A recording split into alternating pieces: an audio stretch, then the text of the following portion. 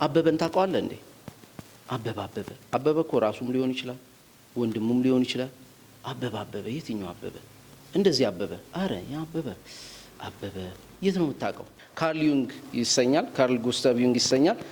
ዩንግ ዓለም ላይ ካሉ ሳይኮሎጂስቶች የሰው ልጅን በጥልቀት የተረዳ ብዬ አንደኛ ደረጃ ላይ ማስቀምጠው ሰው ነው።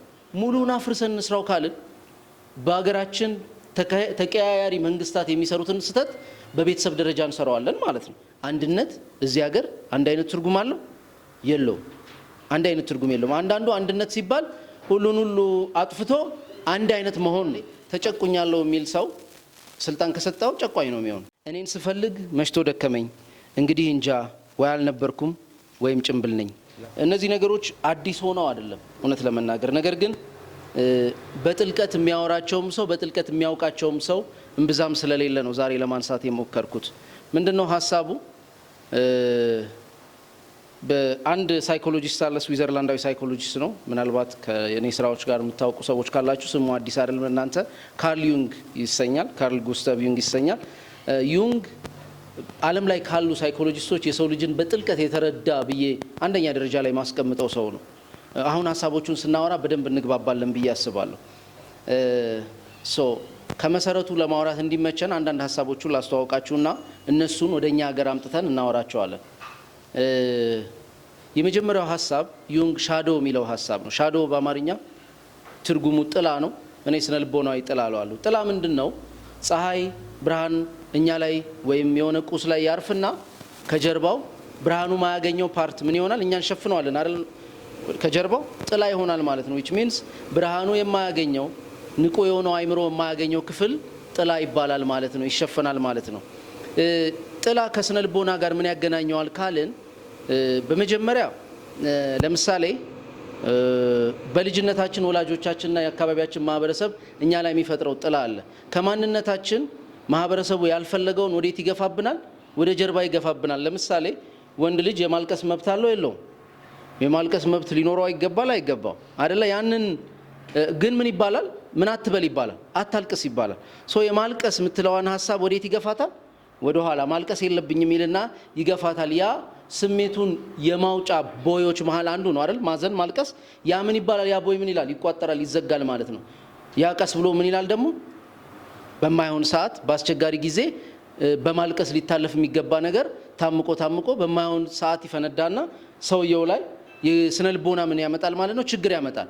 ይሄ ማልቀስ ምን ሆነበት ማለት ነው? ሰውየው ላይ ጥላ ሆነ። ፊት ለፊት ማውጣት አልቻለም፣ መግለጽ አልቻለም ማለት ነው። ይሄ ለመጥፎ ነገርም ለጥሩ ነገርም ታለንት ለምሳሌ ማህበረሰባችን በቅርብ ነው አይደል የሰዎችን የልጆቹን ታለንት ረይፍ እንደፈለጉ ይሁኑ ይሞክሩ መባል የጀመረው።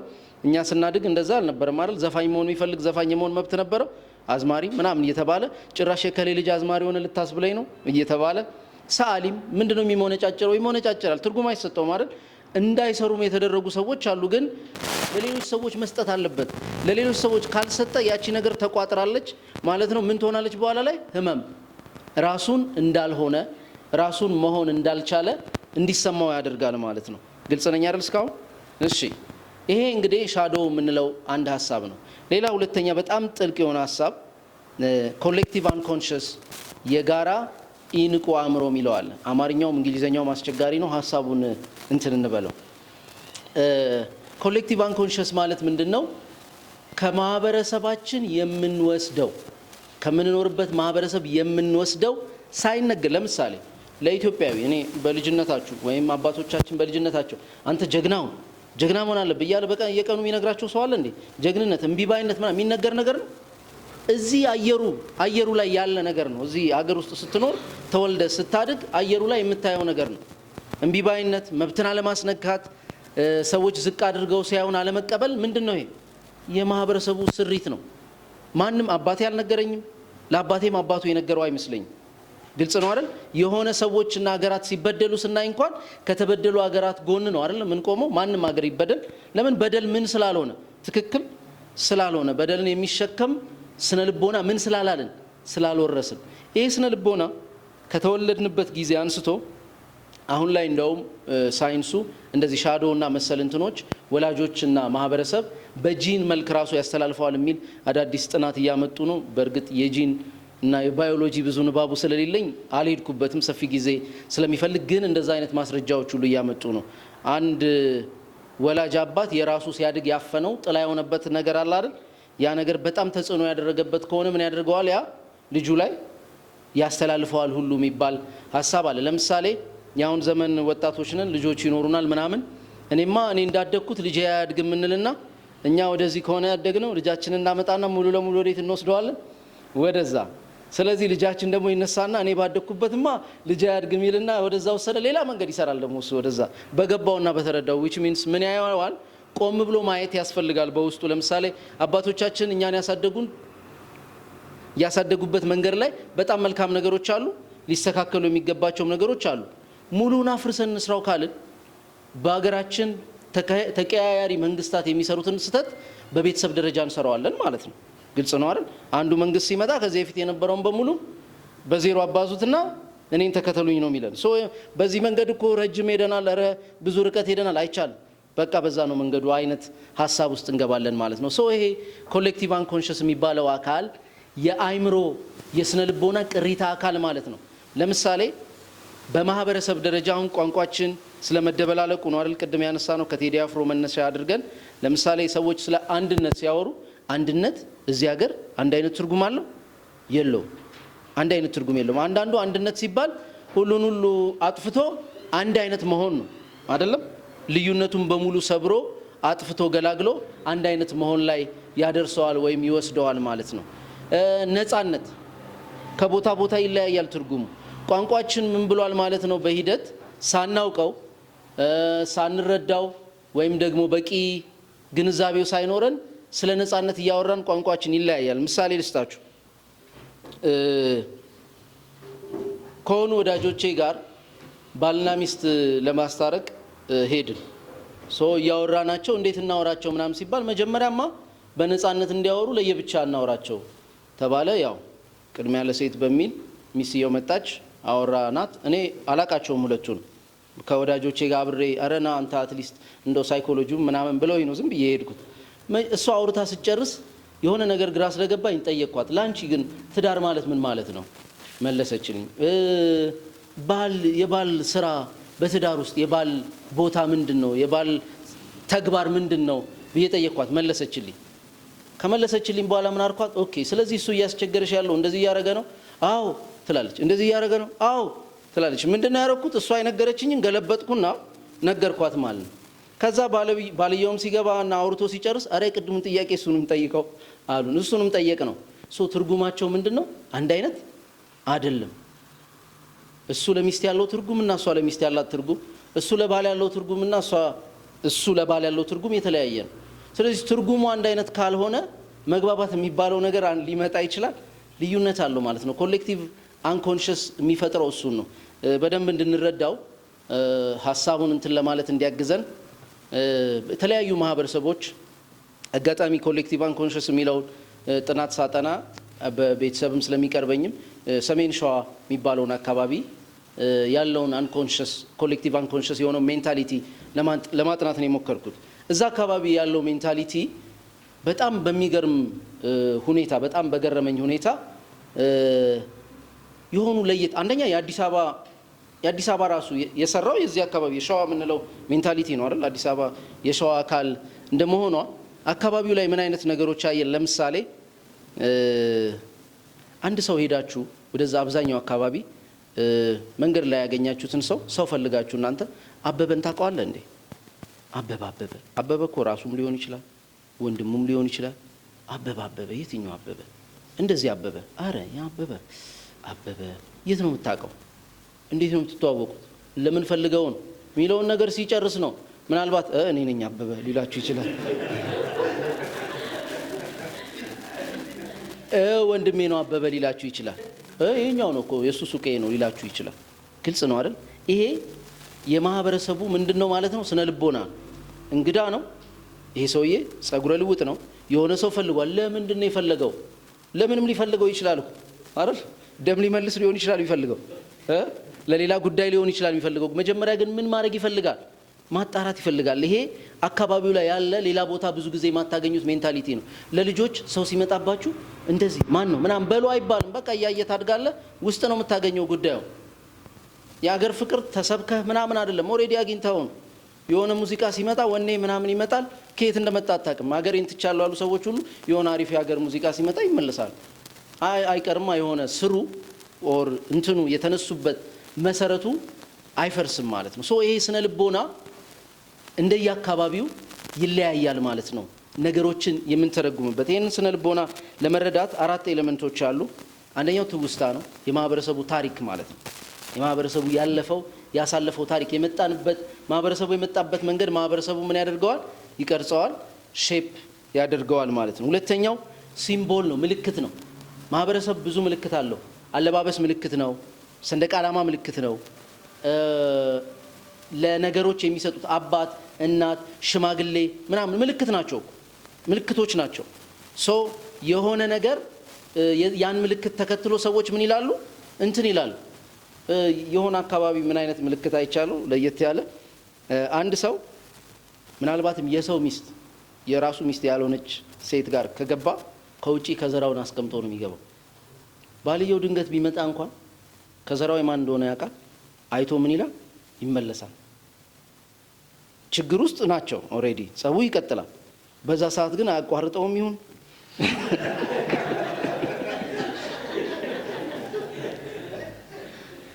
ስለዚህ ያቺ ከዘራ ምንድነች ማለት ነው?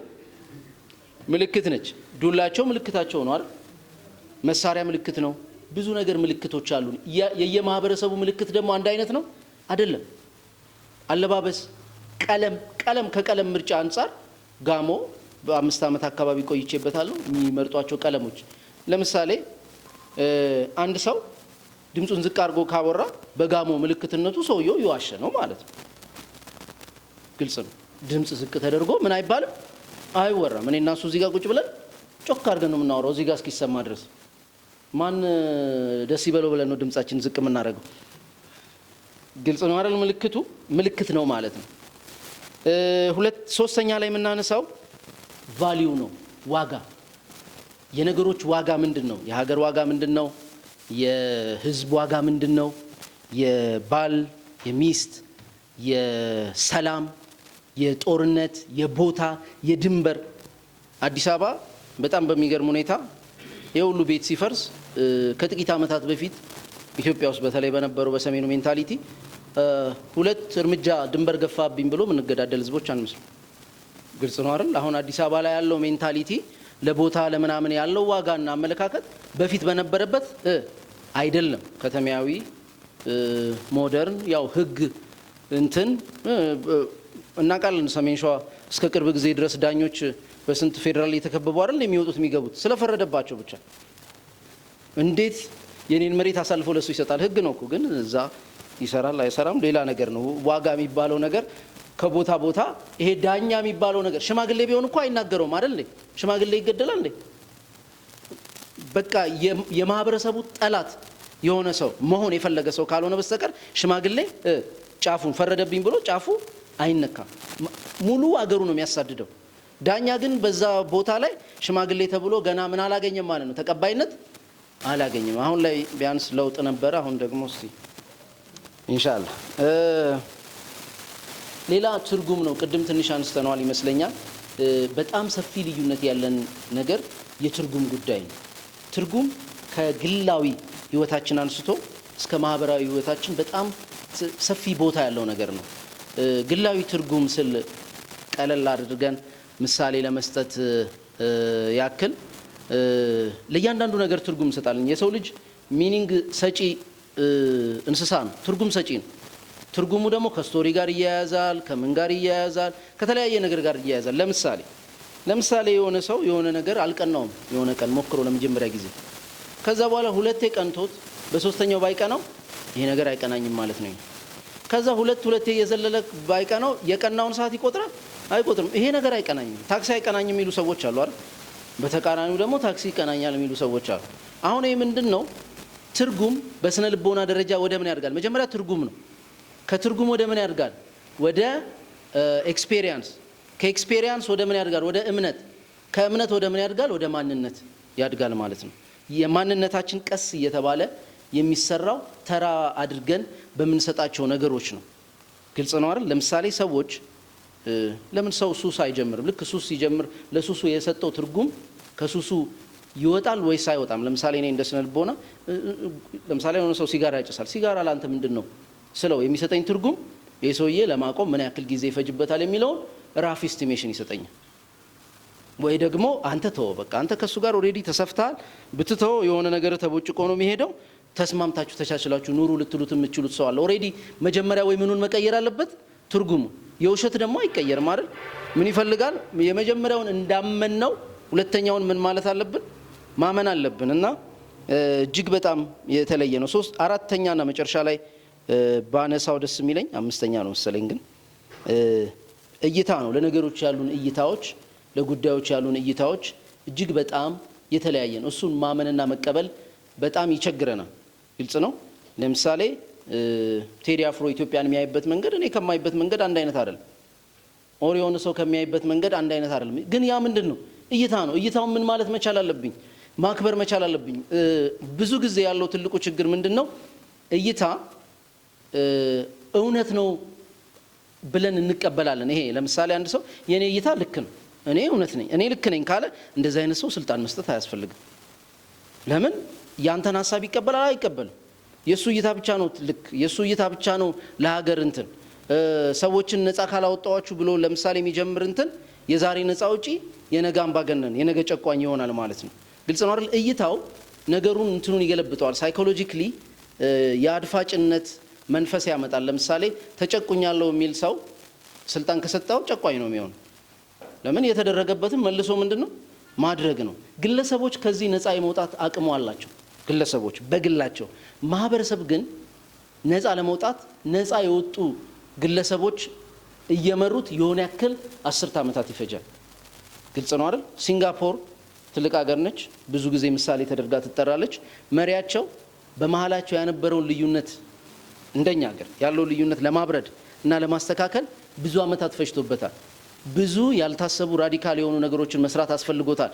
ሰዎቹን አሃ እንዲህ ናቸው እንዴ ብሎ እስኪባሉ ድረስ በግድ አብሮ ሰከንድ ፍሎር እና ፈርስት ፍሎር በግድ እንዲኖሩ እያደረገ እያጨቀ ማኖር አስፈልጎታል። እንዲተዋወቁ መጀመሪያ ምን አይባባሉ አይተዋወቁም።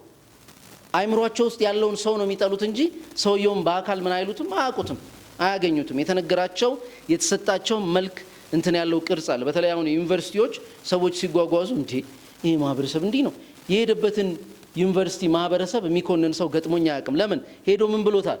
አይቶታል፣ በልቷል፣ ጠጥቷል፣ ብዙ ነገር አድርጓል። በዛ ማህበረሰብ ውስጥ መሀል ሆኖ ማለት ነው። ዩኒቨርሲቲ የሄደበትን ቦታ ሊጠላ አይችልም። ሰዎች የሚጠላሉት መጀመሪያ ምን ስለማይባባሉ ነው? ስለማይተዋወቁ ነው፣ ስላልተገናኙ ነው፣ ስለማይተያዩ ነው። ያንን ስራ መስራት ይኖርብናል ማለት ነው። የሆነ ሰው ከሀሳባችን በጣም ተቃዋሚ ሆኖ ሊጠላን ቢፈልግ ምን ቢፈልግ የቱ ጋር ነው የተለያየ ነው ብለን ማሰብ አለብን። የቱ ጋር ነው መነሻችን የተለያየው? የቱ ጋር ነው አመለካከታችን እይታችን የተለያየው? እኛ ብቻ ልክ ልንሆን አንችልም። ያም ምን አለው? የራሱ እውነት አለው፣ የራሱ ሀሳብ አለው፣ የራሱ እይታ አለው። ለመቀራረብ እኛ ከነቃን ካወቅን በተቻለ አቅም ወደዛ ሰው ሀሳብና እይታ ቀርበን መነጋገር መቻል ይኖርብናል ማለት ነው። በእርግጥ ከዚህ በላይ ባላረዝመው ይሻላል ይመስለኛል። ምናልባት እንደ መውጫ እንዲሆነን ይሄን ሻዶ ቅድም ሻዶ ብለን ያነሳነውን ሀሳብ በቅርብ ብዙ ግጥሞች እያነበብኩ ነው የሀገራችንና ከኋላ የተደበቀው በኋላ ታፍኖ ታምቆ በቆይታ በሂደት ፈንድቶ ሰዎች ምናልባትም ይሄ ልጅ በጣም ጤነኛ አልነበር እንዴ ሰላማዊ ነበር ትላንት አናግሬዋለሁ ምናምን የምትሉት ልጅ ነገ ምናልባት አብዶ ምናልባት የሆነ ስነ ልቦናዊ ችግር ገጥሞት ምናልባት የማንጠብቀው ደረጃ ላይ አስደንግጦን ሁሉ ሊሆን ይችላል። ይሄ ውስጡ ምን ያለ ነገር አለ ማለት ነው? የታፈነ የቆየ እንትን ያለ ነገር አለ ነው። ይሄ ምናልባት የትዳር ምርጫ ላይ የተለያዩ ነገሮች ላይ ሰዎች ቀድሞ መጠንቀቅ ያለባቸው። ሻዶ ምን ጊዜም ከጀርባ ስለሆነ ብዙ ጊዜ ፊት ለፊት አይታይም። የመጀመሪያው ፍላወር ፓርት የምንለው የሪሌሽንሺፕ ሌቭል ላይ ሰዎች ሻዶዋቸው ምን አይሉ አያሳዩም። ሻዶ የሚወጣው ብዙ ጊዜ ትሪገር ሲደረግ እንትን ሲባል ከሆነ ስቴፕ በኋላ ነው የሚወጣውና እሱም ቀድሞ ማወቅ እና መረዳት ያስፈልጋል በሆነ መንገድ ማለት ነው። በእርግጥ የራሱ እንትኖች አሉት። እሺ የሀብን ግጥም አንብቤ ላብቃ። አያልቅም ይህ ጉዞ ይሰኛል። ባገኘው ብዬ ኦሪጂናል ምስሌን ከገላዬ ላይ ላጥኩት ጭንብሌን ልጣጩን ጥዬ ያገኘሁት ፊት ሆኖ ጠበቀኝ የጭንብል ቅርፊት። ቅርፊቱን ሰበርኩ እኔን ለማግኘት አሁንም ሌላ ማንነት አውልቄ ብጥል ሰብሬ ብጥል ቀድጄ ብጥል አሁንም ሌላ ቅጥልጥል እኔን ስፈልግ መሽቶ ደከመኝ እንግዲህ እንጃ ወይ አልነበርኩም ወይም ጭንብል ነኝ ይላል። አመሰግናለሁ።